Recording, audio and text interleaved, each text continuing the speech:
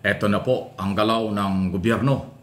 Inutusan na ni General Marbil, Philippine National Police Director General, si General Torre, Director ng Criminal Investigation Detective Group, CIDG, na imbestigahan itong pagbabanta, utos na pagpatay na ginawa ni Sara Duterte, Vice President, laban kay Pangulong Marcos Jr., First Lady Lisa Araneta Marcos, at Speaker of the House Martin Romualdez.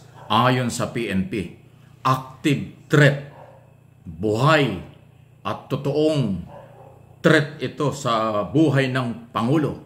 Ang sabi ng gobyerno ng Malacanang, anumang banta sa seguridad o sa buhay ng ating Pangulo, threat yan. Yan ay mataas na level, hindi yan binabaliwala. Salamat na lang po at ganyan ang pagtrato. So, dahil mayroon due process, ang utos ng PNP chief, imbestigahan. So, bahala na dyan si General Torre kung paano imbestigahan, kasi ang sinabi ni Inday Sara, meron na siyang inutusan na sa oras daw na siya ay mawala, gawin ng kanyang utos na kuhanin ang buhay ng Pangulo, First Family, kasama nga yung First Lady at Speaker of the House. Napakaseryosong banta po yan, hindi talaga biro. Huwag palalampasin kasi yan ay makakasira sa national security at ekonomiya ng ating bansa. Hindi ko nga alam kung bakit nasabi at bakit ganong kababa na ang level ni Sara Duterte.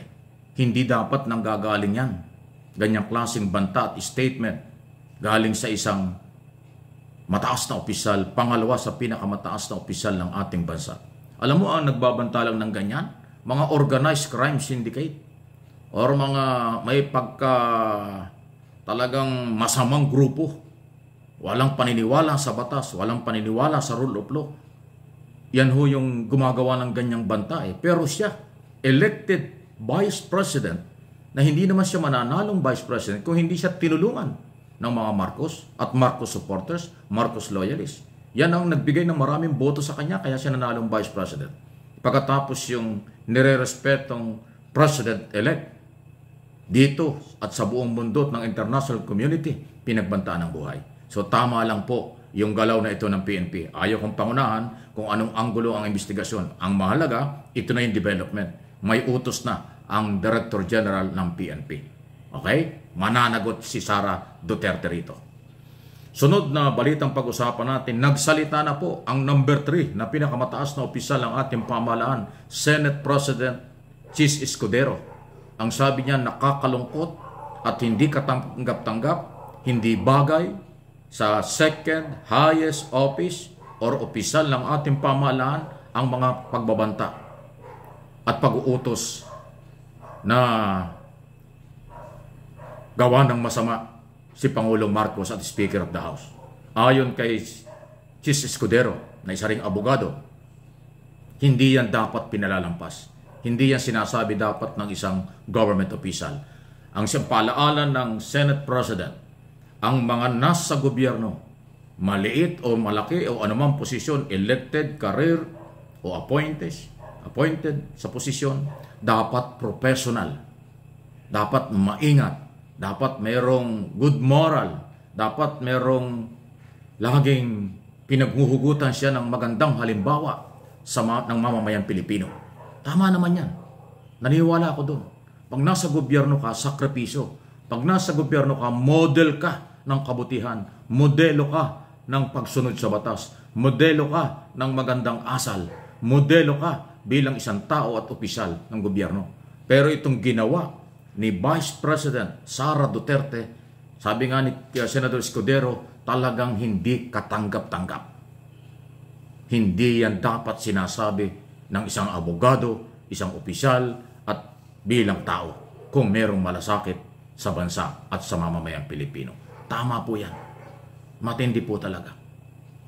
Kakaibang kakaiba. Mukhang sa tagal ko na pong broadcast journalist, at halos 4 na taon na rin akong political blogger, ngayon lang po ako nakarinig ng ganyan. Sa ibang bansa, wala namang ganyan. Natatandaan ko nung mainit ang politika sa Pilipinas nung Cory Aquino at saka Doy Laurel, pasintabi na sa mga Laurel, nasa kabilang buhay na si Doy Laurel. Nag-awa yan, hindi nagkakasundo sa politika si Cory at saka si Doy Laurel, pero hindi humantong sa ganyan. Hindi kailanman nag-utos si Laurel noon. Napakailaman ang personal na buhay ni Cory. Laging political issue lang ang banat ni Laurel noon laban kay Cory at sa Kamag-anak Incorporated. Walang personal issue kasi professional approach, professional ang galawan dahil public servant. Si Erap, hindi naman bumanat kay...